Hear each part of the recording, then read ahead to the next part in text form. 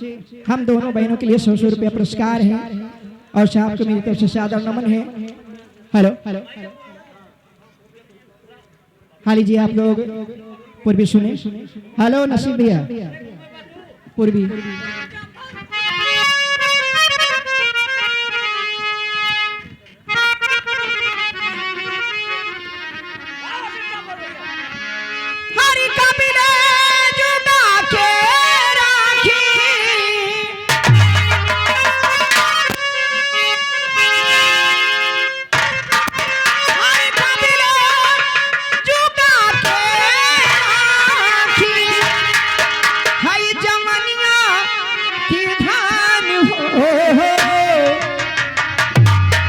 सैया ले जा तू गवनवा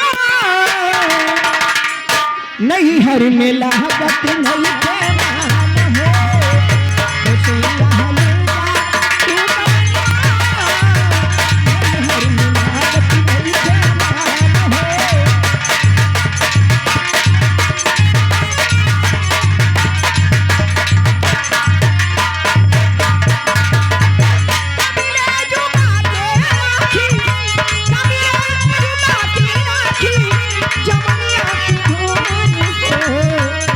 सैया ले जा तू गवनवा नहीं हर में लागत नहीं।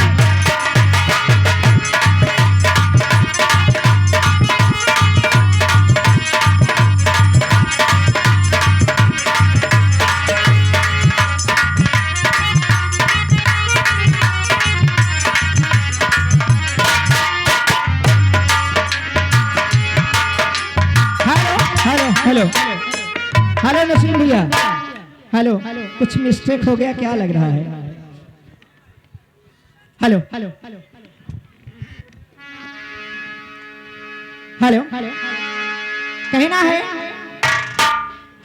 कहना है कि नैन कटारी से बाढ़ हो गई दुनिया ये रूप के पुजारी हो गई है। नैन कटारी से बाढ़ हो गई ये दुनिया रूप के पुजारी हो गई और जब केहू मन में बस जाला तो समझा प्रेम की बीमारी हो गई।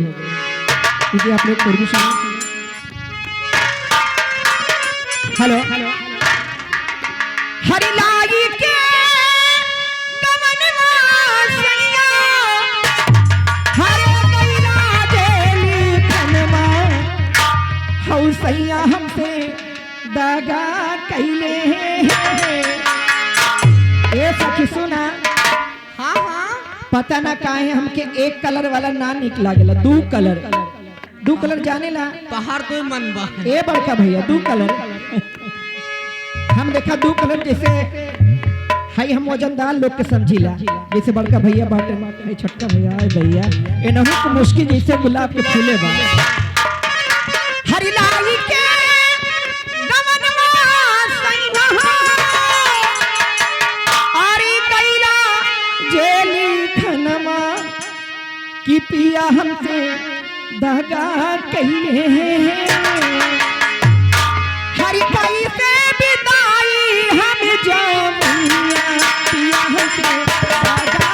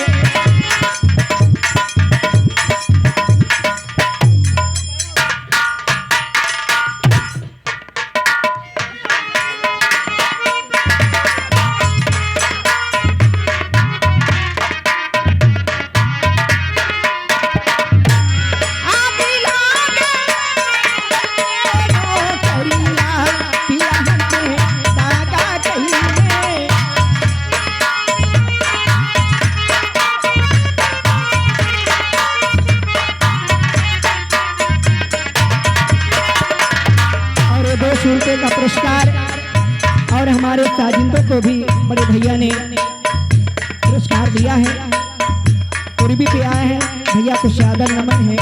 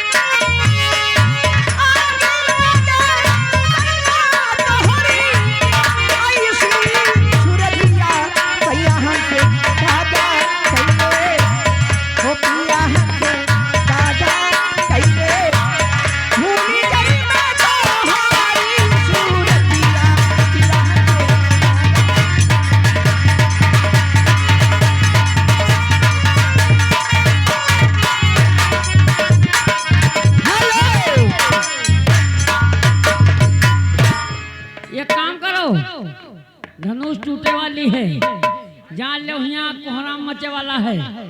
एक काम कर, एक लाइन मारो, एक गिनती बाकी है अभी। धनुष धनुष टूटे तो है कोनो दिक्कत बका? हमें दिक्कत बना। हाँ। अयोध्या में दुल्हन आए।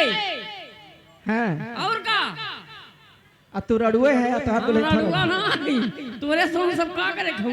वही हमारा करवा चौथ भूखा नहीं। नहीं नहीं, यार गाड़ी रिजर्व बा। रिजर्व बा? वो तो हम जानते हैं मीरापुर रिजर्व बा। एक काम करो, एक लाइन मारो और अंदर जाओ। Hello hello hello hello hello और कहना है जी जी। हो दिल पे तेरे प्यार का पैगाम लिख दूं, दिल पे तेरे प्यार का पैगाम लिख दूं, आजा जिंदगी में हो तेरे नाम लिख दूं, आजा जिंदगी में तेरे